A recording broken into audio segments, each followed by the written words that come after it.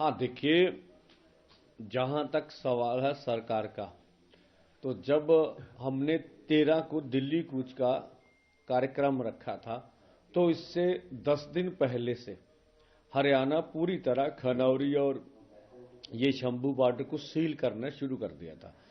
तो सरकार की मंशा पूरी क्लियर हो चुकी थी भी वो किसी भी कीमत पर हमें दिल्ली नहीं जाने देंगे। तो यही हमारे बीच सबसे बड़ा गतिरोध है। अगर किसानों से बातचीत करके आपको समाधान नहीं ढूंढना है, तो कम से कम ये धर्मनिरपेक्ष देश है, सभी का देश है, संविधान के अनुसार सभी को बात करने का हक है। हमें फिर दिल्ली भी तो जाने दिया जाए ना, क्यों नहीं जाने दिया?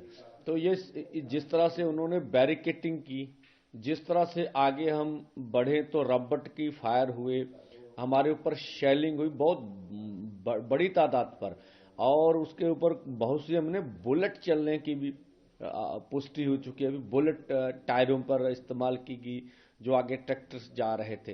तो सरकार की मंशा तो क्लियर है ना कि किसी भी कीमत पे आपको दिल्ली नहीं जानेंगे। तो ये हम तो चाहते हैं भी आप देश के किसी भी संविधान के अनुसार आप अगर हमें बता दें कि ये जो सब कुछ कर रहे हैं। अभी डीजीपी हरियाणा का बयान आ गया कि हम किसानों के ऊपर टीयर गैस इस्तेमाल नहीं कर रहे हैं। अब देखिए ये किस तरह की बात है। तो हम बोल रहे हैं भाई, अगर आपने कहा है कि आपको मालूम नहीं कौन कर रहा, तो जो कर रहा आप उसको सजा दीजिए ना। अब कौन कर रहा है?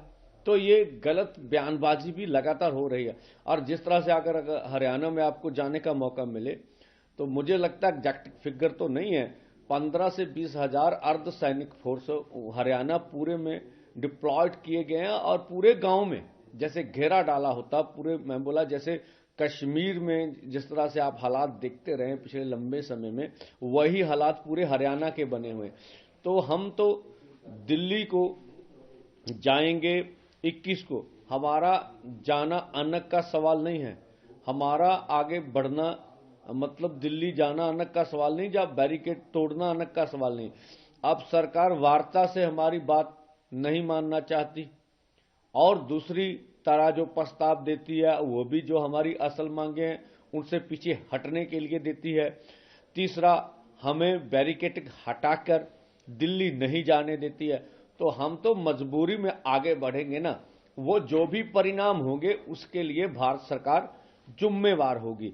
और हम आशा तो करेंगे, अभी आज का दिन है, स्वयं प्रधानमंत्री की जी के पास सारी रिपोर्ट तो जा चुकी होगी। अब जिन मुद्दों पे डिस्कस होनी थी सब पर 2-2 राउंड डिस्कस हो चुकी है।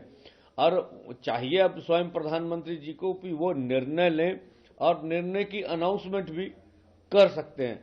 तो कोई सुखद समाचार हमें मिलेगा तो हम चाहेंगे इस मोर्चे का